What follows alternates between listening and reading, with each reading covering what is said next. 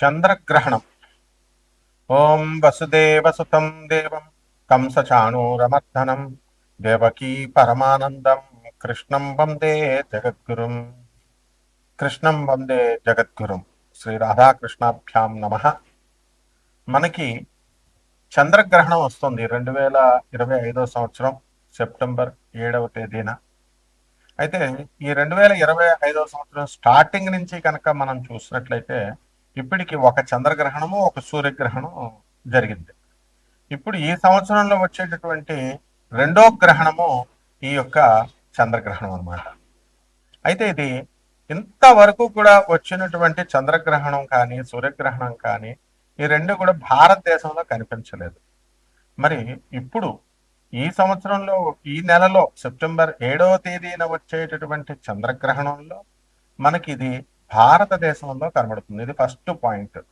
అందువలన భారతదేశంలో కనబడుతున్నప్పుడు మనం కొన్ని నియమాలు పెట్టుకున్నాం. మనం సూతకాన్ని పాటించాల్సినటువంటి అవసరం ఉంది. ఎప్పుడైనా సరే మనం చంద్రగ్రహణం వచ్చినప్పుడు దానికి 9 గంటల ముందు నుంచి కూడా సూతకము అనేటటువంటి ప్రారంభం అవుతుంది. అంటే సూతకాలంటే మనం చూడండి, ఒక పిల్లలు పుట్టినప్పుడు కానీ లేదా మరణించినప్పుడు కానీ ఇళ్లలో బంధువులు మనం మైల అంటాం, సూతకం వచ్చింది అంటాం. అలాగా ఈ యొక్క చంద్రగ్రహణం వచ్చినప్పుడు దేవతా విగ్రహాలకి, తర్వాత సూర్యుడికి, చంద్రుడికి, భూమి ఇవన్నీ కూడా మనకి సూతకం పట్టింది అని చెప్పి దేవతా విగ్రహాలు దేవాలయాలన్నీ మూసేస్తాం. మూసేసి ఒక పాము వచ్చి చంద్రుని మింగింది, లేకపోతే ఒక పాము వచ్చి సూర్యుని మింగింది, ఇలాగా మనం గ్రహణాలంటే చెప్తూ ఉంటాం కదా. సూర్యగ్రహణం అయితే సూర్యుని మింగినట్టు, చంద్రగ్రహణం అయితే చంద్రుడిని మింగినట్టుగా చెప్పేవారు. అప్పుడు సూతకం, ఇది దోషం అనేవారు. మోడర్న్ సైన్స్ ప్రకారము మనము ఈ యొక్క సూర్యుడు, భూమి, చంద్రుడు మూడు కూడా ఒకే సరళ రేఖలో వచ్చినప్పుడు మనకి సూర్యుని యొక్క కిరణాలు చంద్రుడి మీద పడకుండా ఈ భూమి అడ్డుకుంటుంది అనమాట. దాన్ని చంద్రగ్రహణం అంటారు. అందుకనే సంపూర్ణంగా మనకి ఈ యొక్క చంద్రుడు కనబట్టు. అయితే ఈ చంద్రగ్రహణంలో మనము ఎన్ని గంటలకు పడుతుందండి అంటే 7వ తేదీన రాత్రి 9:58 నుంచి స్టార్ట్ అవుతుంది. అయితే 11 గంటల 2 నిమిషాలకి కంప్లీట్ గా మనకి చంద్రుడు కనబడ్డ అనమాట. మొత్తం అంతా చీకటిగా అయిపోతుంది. అలాగే 8వ తేదీన అంటే మర్నాడు 1:26 అంటే 8 తెల్లవారుజామున అనమాట, 1:26 ఈ యొక్క చంద్రగ్రహణ స్పర్శ పూర్తవుతుంది. మొత్తం కాల వ్యవధి ఎంతంటే 3:28 అనమాట. కాబట్టి ఈ విధంగా మనకి ఈ చంద్రగ్రహణము అనేటటువంటిది ఒక ఖగోళ శాస్త్రంలో ఏర్పడేటటువంటి ఒక అద్భుతమైనటువంటి వింతల్లో ఒక వింత. అయితే ఈ చంద్రగ్రహణంలో మనం ఏం చేయాలండి గ్రహణ సమయాలలో అంటే మనము మంత్రాలు జపించుకోవడము, తర్వాత మనం గురువుల దగ్గర మంత్రాలు తీసుకుంటాం. అలాగే ఇది పౌర్ణమి రోజున సంభవిస్తుంది కాబట్టి దాన్ని ఉపాసన బాగా చేసుకోవాలి. ఎవరైతే వశీకరణ మంత్రాలు, ఆ తర్వాత ఈ యొక్క షట్కర్మలు చేయడానికి, ఇప్పుడు అలాగే దశమహావిద్యల మంత్రాలు, ఎవరెవరు చండీ నవార్ణ మంత్రాలు, ఎవరెవరైతే గురు దీక్షలో తీసుకొని మంత్ర దీక్ష తీసుకున్నటువంటి వాళ్ళంతా కూడా మనకి ఇవి రావి చెట్టు కింద కూర్చొని కానీ లేదా ఒక మనం మేడి చెట్టు కింద కూర్చొని కానీ జపించినట్లయితే వెంటనే ఫలితాలు, శీఘ్ర ఫలితాలు, అద్భుతమైనటువంటి ఫలితాలు రావడానికి అవకాశాలు ఉంటాయి. కాబట్టి గ్రహణ సమయాలలో మనం కొన్ని నియమాలు మనం పాటిస్తూ ఉంటాం. మనకు తెలిసిందే ఇది ఎప్పుడు కూడా ఈ గ్రహణం అప్పుడు కూడా చంద్రగ్రహణం అప్పుడు కూడా పౌర్ణమి రోజున వస్తుంది అనమాట. కాబట్టి ఇవి మనం చేయాల్సినటువంటి నియమాల్లో ముఖ్యంగా ఈ చంద్రగ్రహణం 9 గంటల ముందు నుంచి మనం సూతకం ప్రారంభమైంది కాబట్టి ఇప్పుడు ఎందుకు తినకూడదు, మనము చంద్రగ్రహణం ఉన్నప్పుడు ఇంట్లో శవాన్ని ఎవరైనా మన బంధువులు ఎవరైనా చనిపోయారు ఇంట్లో శవాన్ని పెట్టుకున్న వీధి వాళ్లే తినరు సూతకం. ఆ విధంగా మైలు పోవాలి, అందుకోసం తినం మనం. సైంటిఫిక్ రీజన్స్ చాలా ఉంటాయి, అదంతా అది వేరే విషయం. కాబట్టి ఈ చంద్రగ్రహణ సమయాలలో మనము ఈ గరిక గడ్డి ఉంటుంది, దర్పగడ్డిని మనం పవిత్రం అని అంటాం. అవి మనం తినేటటువంటి వస్తువుల్లో వేసుకోవడము, ముందు రోజు మిగిలినటువంటివి బియ్యం డబ్బాలో వేసుకోవడము, అలాగా పప్పు సామాను ఇలాంటివన్నీ కూడా వేసుకోవడము, ఇవన్నీ కూడా జరుగుతాయి అన్నమాట. కాబట్టి వీటి విషయాలలో మనము అందువల్లనే కోడళ్ళు మనం కడుపుతో ఉన్నటువంటి వాళ్ళు పైకి లేవకూడదని కూతుర్లు అయినా సరే ఎవరైనా సరే గోళ్ళు గిల్లుకోకూడదని, అన్నం తినకూడదని, ఏ వస్తువులు తినకూడదని, తాగకూడదు నీళ్లు అనేటటువంటి నియమాలు మనం పెట్టుకున్నాం. ఇవన్నీ కూడా పాటించడం వల్ల మన హిందూ ధర్మశాస్త్రంలో చెప్పబడినటువంటివన్నీ కూడా తూచా తప్పకుండా మనం పాటించడం, మనం ఆ మతంలో ఉన్నాం కాబట్టి ఆ మతాన్ని మనం గౌరవించుకోవడం అవుతుంది. దీంట్లో ఉన్నటువంటి హేతుబద్ధత అంటే రేషనలిస్టిక్ గా ఆలోచించడము, అలాగే సైంటిఫిక్ అప్రోచ్, ఆ తర్వాత అందులో ఉన్నటువంటి ఈ యొక్క లాజికల్ కన్సిస్టెన్సీ గురించి ఆలోచించాల్సినటువంటి పని ఈ గ్రహణాల్లో లేదు. కారణం ఎందుకంటే మనకి మీకు అప్పులు వేరే వాళ్ళకి ఇచ్చారు మీరు, ఆ అప్పులు ఇచ్చినప్పుడు ఆ డబ్బులు రావట్లేదు. అది ఈ రావట్లేదంటే మరి ఇచ్చినప్పుడు మీరే ఏదో కొత్త బిజినెస్ స్టార్ట్ చేస్తున్నాం అని చెప్పి 3 కోట్లు తెచ్చి ఇంట్లో పెట్టుకున్నారు. మీ ఫ్రెండ్స్ అడుగుతారు 2 నెలల్లో ఇచ్చేస్తామండి అని. కొంతమంది 2 నెలల్లో ఇవ్వలేమండి, మీరు బిజినెస్ కొత్తగా స్టార్ట్ చేస్తున్నారు విన్నాం, మరి ఇవ్వలేమండి అన్నారు. అన్నా సరే మీరు వాళ్ళకు 2-3 కోట్లు తెచ్చి పెట్టుకున్న దాంట్లో ఒక 50 లక్షలు 80 లక్షలు అడిగి తీసుకున్నారనుకోండి, తెలిసి కూడా మీరు ఇచ్చేస్తారు. కొంతమంది ఇచ్చేసినప్పుడు వాళ్ళు 2 నెలల్లో ఇస్తామన్న వాళ్ళు ఇవ్వలేక, కొంతమంది మేము ముందే ఇవ్వమని చెప్పాము కదా అని కొంతమంది ఈ విధంగా ఇవ్వలేకపోతారు. అప్పుడు మీ పనులు అడ్డుకుంటాయి కదా. అప్పుడు ఈ మంత్ర జపాలు అనేటటువంటివి ఈ చంద్రగ్రహణ సమయాలలో చేయాల్సినటువంటి పరిస్థితి ఉంది. జపాలే కాదు, పూజలైనా పునస్కారాలైనా. మామూలుగా దేవాలయాలన్నీ కూడా ఇప్పుడు మూసివేస్తారు. ఈ దేవాలయంలో మనం రోజు దేవ దర్శనం కోసం వెళ్ళేటటువంటి పూజలు లాంటివి కావు ఇవన్నీ కూడా. అలాగే మనము ఈ యొక్క మొగుడు పెళ్ళాల గొడవలు, ఏమండి మా ఆయన మా పెళ్ళై 15 సంవత్సరాలు అయిందండి, మా భర్త వేరే ఆమెతో మరి వెళ్ళిపోయి ఉంటున్నాడండి, మరి మా ఆవిడని వదిలేయండి అయ్యా బాబు అని మేము వాళ్ళ ఇంటి మీదకి వెళితే మా ఆయన వదిలేయమంటే 2 కోట్లు అడుగుతుందండి. మరి నేను వైజాగ్ పోలీస్ స్టేషన్లో కేసు పెట్టానండి నేను. మరి ఈ రకంగా ఇవన్నీ కూడా బాధలు ఇబ్బందులు అనేటటువంటివి పడుతున్నారు. కాబట్టి భర్త ఏమో పోలీసు వాళ్ళకే పొరపాటు చేసేలాగా 498 అట్రాక్ట్ అయ్యేలాగా అత్త, మామ, ఆడపడుచు, భర్త ఇవి పెట్టారు.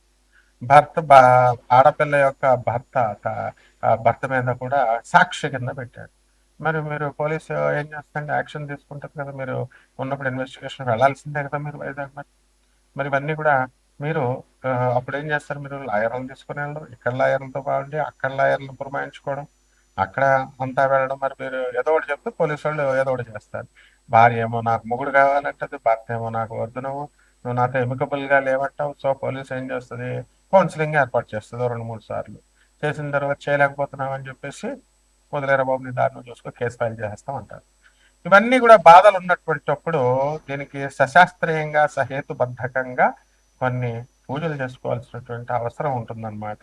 అందులో ఇప్పుడు చదువు రానటువంటి వాళ్ళందరూ కూడా మరి అక్కడికి వెళ్తే మనకి ఎలాగైతే చదువు రాదో అలాంటి వాళ్ళు మాస్టర్లుగా ఉన్నప్పుడు, అలాగే ఈ మంత్రతంత్ర శాస్త్రాల్లో నిష్ణానత లేనప్పుడు కూడా మనం వాళ్ళ దగ్గరికి వెళ్ళడం వల్ల ప్రయోజనం ఉండదు. కాబట్టి ఇక్కడ మామూలుగా యూట్యూబ్లో ఎంతోమంది జాతకాలు చెప్తున్నారు, ఎంతోమంది పూజలు పునస్కారాలు చేస్తున్నారని ఇలా స్క్రోల్ చేస్తూ ఉంటాం, మనం చూస్తూ ఉంటాం, వాళ్ళని కన్సల్ట్ చేస్తూ ఉంటాం. మీరు ఎవరైనా సరే ఎంటైర్ యూట్యూబ్ చరిత్రలో చూడండి, మేము పూజలు చేసేస్తాము, మేము మీ యొక్క జాతకాలు చూసేస్తామని చెప్తారు. రమ్మనండి పోలీస్ స్టేషన్కి, వాళ్ళు కేసు పెట్టారు కదా, పంతులు గారు మీరు కూడా రండి పోలీస్ స్టేషన్కి, మహామంత్రగాళ్ళు అంటే ఒక్కడు రాడు. పోలీస్ స్టేషన్కి రావాలి, they have to talk with the police officials. తర్వాత మరి కేసు సెటిల్ చేయడానికి, మరి రీకన్సిలేషన్కి, రీకన్సైల్ అవడానికి, కౌన్సిలింగ్కి, వీటికి లాయర్లు కూడా పోలీస్ స్టేషన్ లోపలికి రారు.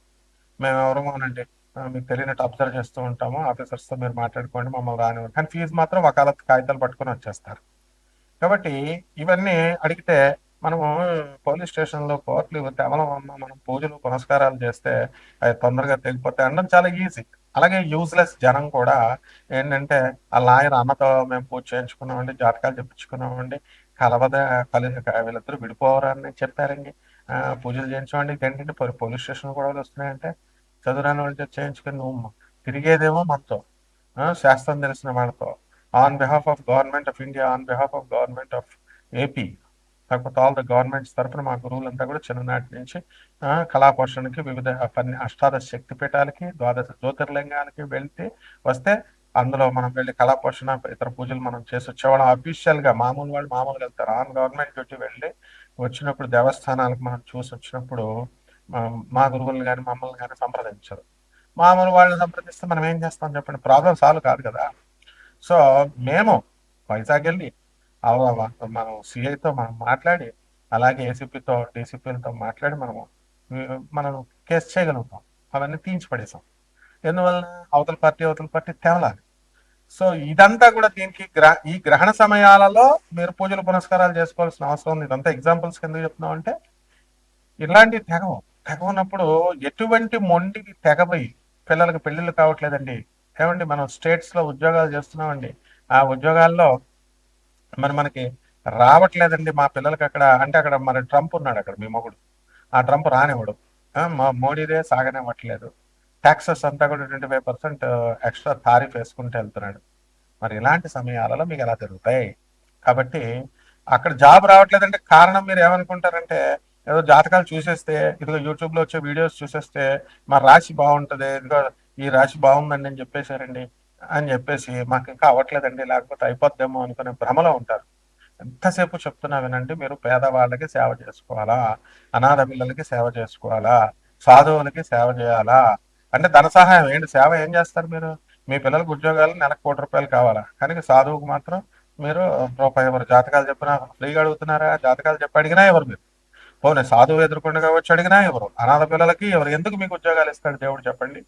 కాబట్టి మీ పిల్లల్ని ఎందుకు కలుపుతాడు? మీకు ఫ్రీగా చేయించుకోవాలని అనుకుంటారు తప్ప ఎందుకు మీరు జగద్గురువుల్ని చూపిస్తున్నాం. ఇప్పుడున్నటువంటి వాళ్ళ కాకుండా జగద్గురువు అయినటువంటి ప్రభాత్ రంజన్ సర్కార్ ఆనంద్ ఆశ్రమం స్థాపించినటువంటి గురువు గారి యొక్క ఆశీస్సులతో 10,000 మంది అవధూతలను రాశారు. సిబిఐనే వణికించారు. సిబిఐ ఫాల్స్ కేసెస్ పెడితే ఆయన సాక్షాత్తు పరమేశ్వరుడు, సాక్షాత్తు కృష్ణుడు అని, కృష్ణుడి యొక్క ఐడియాలజీని డివియేట్ చేయకుండా, శివుడి యొక్క ఐడియాలజీని డివియేట్ చేయకుండా, ఆయనే కృష్ణుడు ఆయనే శివుడు కాబట్టి ఆయన సేమ్ ఐడియాలజీని చెప్పి తన శిష్యులకి నోబెల్ ప్రైజ్లో వచ్చేలా చేశారు. ఈ రోజున ఆయన ఇచ్చినటువంటి సైన్స్ లో ఇచ్చినటువంటివన్నీ కూడా విదేశాలలో విశ్వవిద్యాలయాలు, స్టాన్ఫోర్డ్ యూనివర్సిటీస్ అమెరికాలో, MIT, Duke universities, Colombia universities లో సిలబస్ గా పెట్టుకున్నారు. అలాగే కేంబ్రిడ్జ్ యూనివర్సిటీలో సిలబస్ గా పెట్టుకున్నారు. అలాగే ఇక్కడ మనము చేస్తున్నటువంటి నియో హ్యూమనిస్టిక్ ఎడ్యుకేషన్ పాలసీని నరేంద్ర మోడీ గారు ఎన్ఈపి 2020 కింద, ఎన్ఈపి 2020 కింద మనము దాన్ని మన దేశంలో కూడా గురువు గారు ఇచ్చినటువంటిది, ప్రభాత్ రంజన్ సర్కార్ గారు ఇచ్చినటువంటి ఆ యొక్క విద్యా విధానాన్ని భారతదేశంలో ప్రవేశపెట్టారు. రొమానియన్ గవర్నమెంట్ ఎన్నో 50 సంవత్సరాల క్రితమే పెట్టుకున్నారు, ఆయన ఇచ్చింది వాళ్ళ దేశంలో. బట్ ఇలాంటి జగద్గురువులు పట్టుకోవాలమ్మా. ఒక స్వామి వివేకానందుని పట్టుకోవాలా, ఒక రామకృష్ణ పరమహంసను పట్టుకోవాలా, ఒక పరమహంస యోగానందుల వారిని పట్టుకోవాలా, ఒక రమణ మహర్షి, ఒక ప్రభాత్ రంజన్ సర్కార్. వాళ్ళ మిషన్స్ కి మీరు సహాయం చేస్తూ వాళ్ళ ఐడియాలజీని ముందుకు తీసుకెళ్తే మాత్రమే వస్తుంది. అంతేగాని లక్షలు ఖర్చు పెట్టి హోమాలు చేసి వేలాది రూపాయలు ఈ జ్యోతిష్కులకి ఇచ్చి, పంతులు గారులకి ఇచ్చి ఇవన్నీ చేయించుకుంటే ఏం కాదు. గురువు యొక్క ఆశీస్సులు కావాలి, జగద్గురువుల యొక్క ఆశీస్సులు కావాలి. ఆ విధంగా ఈ చంద్రగ్రహణ సమయాల్లో అటువంటి గురువుల యొక్క ఆశీస్సులు మీ పైన వస్తాయి. వాళ్ళ నామాన్ని జపించండి. బాబా నాం కేవలం, బాబా నాం, బాబా నాం కేవలం, బాబా నాం, బాబా నాం కేవలం, బాబా నాం, బాబా నాం కేవలం, బాబా నాం, బాబా నాం కేవలం. ఇది శంబాలా నగరంలో మరి రాబోయేటటువంటి ఇప్పుడు కూడా కాదనమాట. ఈ కలియుగ అంతం అయిపోయిన తర్వాత ఆ మనుషులందరూ కూడా అధర్మం కొట్టేసుకుని ఒకళ్ళొకళ్ళు పొడి చేసుకున్నప్పుడు మిగిలిపోయినటువంటి ధర్మాత్మను జపించాల్సినటువంటి మంత్రాన్ని గురువు గారు మనకు ఇప్పుడే ఇచ్చేశారు. సత్యగాల్లో ఓం నమ శివాయ, ఓం నమ శివాయ, ఓం నమ శివాయ, ఓం నమ శివాయ, నమ శివాయ, ఓం నమ శివాయ, ఓం నమ శివాయ, నమ శివాయ, ఓం నమ శివాయ. ఈ మంత్రాన్ని జపించాలి. దీన్ని పట్టుకుని అర్జునుడు పాశుపతాస్త్రాన్ని సాధించాడు. తర్వాత ద్వాపర యుగం వచ్చేసరికి ఓం నమో భగవతే వాసుదేవాయ, ఓం నమో భగవతే వాసుదేవాయ, ఓం నమో భగవతే వాసుదేవాయ, ఓం నమో భగవతే వాసుదేవాయ, ఓం నమో భగవతే వాసుదేవాయ, ఓం నమో భగవతే వాసుదేవాయ. ఈ మంత్రాన్ని మనం ద్వాపర యుగంలో జపించాలి. దీన్ని పట్టుకొని ధ్రువుడు ద్రౌపదాన్ని పొందాడు. మరి ఈ మంత్రాలను జపించేటటువంటి మనందరికి అందించినటువంటి స్వామి సుందర చైతన్య స్వాముల వారు ఉన్నారు. వారి యొక్క ఆశీస్సులు తీసుకోరు మీరు. గణపతి సచ్చిదానంద స్వాముల వారు ఉన్నారు, వారి యొక్క ఆశీస్సులు తీసుకోరు. చిన్నజీర స్వామి వారు ఉన్నారు, వారి యొక్క ఆశీస్సులు తీసుకోరు మీరు. అలాగే మా గురుగారు, స్వయంగా మా గురుగారు అయినటువంటి జగద్గురువులు భారతీతీర్థ స్వాములు వారు, శృంగేరి జగద్గురువులు, ఆయనే ఆదిశంకరాచార్య ఇప్పుడు కలియుగానికి, వారి ఆశీస్సులు తీసుకోరు. జగద్గురువులు 36, ఆయన అయితే 37వ శంకరాచార్య అయినటువంటి విధిశేఖరేంద్ర సరస్వతి స్వాములు వారు, ఆయన ఆశీస్సులు తీసుకోరు. మరి ఇలా చేసుకోకపోతే ఎట్లా? మా గురువు గారు ఇంకా ప్రవచనకారులు ఉన్నారు, మీకు తెలిసిందే, చాగంటి గారు, గరికపాటి గారు, మరి సామవేదం గారు, తర్వాత మన యొక్క ఆ మడ్డిపత్తి పద్మాకర్ రావు గారు, నండూరి గారు, ఇక మిగతా వాళ్ళంతా మన సత్యభామ చెల్లె, వీళ్ళందరూ కూడా. మరి వీళ్ళ యొక్క ఆశీస్సులు మీరు తీసుకోకుండా, వీళ్ళు చెప్పేది వినకుండా ఐడియాలజీని ఫాలో అవ్వాలి కదా. మాకు జాతకాలు మార్పుకోవాలి, జాతకాలు మార్పుకోవాలి, జాతకాలు మార్పాలంటే ఒకటి మారుస్తుంది. ఏంటది? బాబానా కేవలం ఆనంద మార్గ, అదే శంభాల గ్రామము, అదే ఆనంద నగరం అది. కాబట్టి ఈ విషయాల గురించి మీరంతా కూడా, మేమేమి ఇదంతా కూడా ఈ యొక్క జ్యోతిషము నాసా రిపోర్ట్స్ని బట్టి మేము చెప్తాం, కమర్షియల్ ఆస్పెక్ట్స్తో మేము చెప్పం. సో నాన్ కమర్షియల్గా చెప్పబడేటటువంటి ఈ యొక్క రాశుల కోసము, ఈ యొక్క మీ వ్యక్తిగత జాతకం కోసం మా అమెరికా నెంబర్ని వాట్సాప్లో మీరు కాంటాక్ట్ చేయండి. అలాగే ఈ యొక్క ఆర్డినరీ నెంబర్ని మీరు అవసరమైన వాళ్ళే చేయండి అమ్మా, డబ్బులు ఏమి ఛార్జ్ చెయ్యము.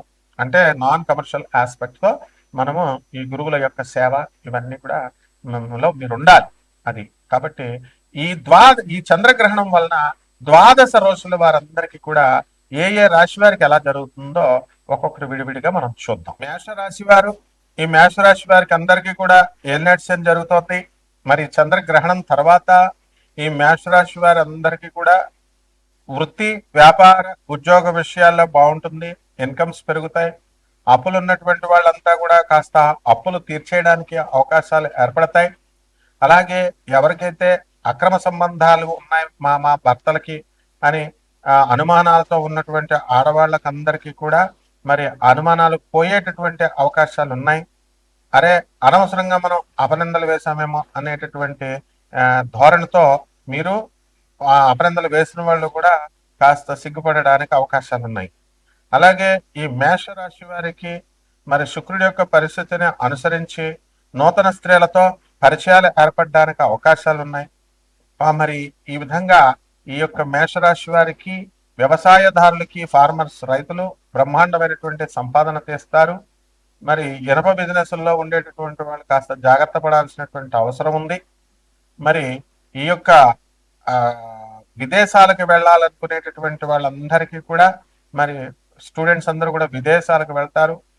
మొన్న నేను యుఎస్ వెళ్తున్నప్పుడు చూశాను, మొత్తం కంప్లీట్గా ట్రంప్ అక్కడ ఆపేస్తున్నాడు అన్నారు. ఎంఎస్ స్టూడెంట్స్ అందరూ ఫాలోమని వెళ్తున్నారు, ప్లేన్ ఖాళీ లేదు హైదరాబాద్ ఎయిర్పోర్ట్ అంతా కూడా. సో శుక్రవారం నాడు మొత్తం కంప్లీట్ అంతా స్టూడెంట్సే అమెరికా వెళ్ళేవాళ్ళు. ఎక్కడుందండి, ఎక్కడ ఆగలేదు. కాబట్టి మేషరాశి వాళ్ళందరూ కూడా విదేశాలకు వెళ్ళేవాళ్ళు, విదేశాల్లో ఉద్యోగం కావాలనుకునే వాళ్ళంతా కూడా వెళ్తారు.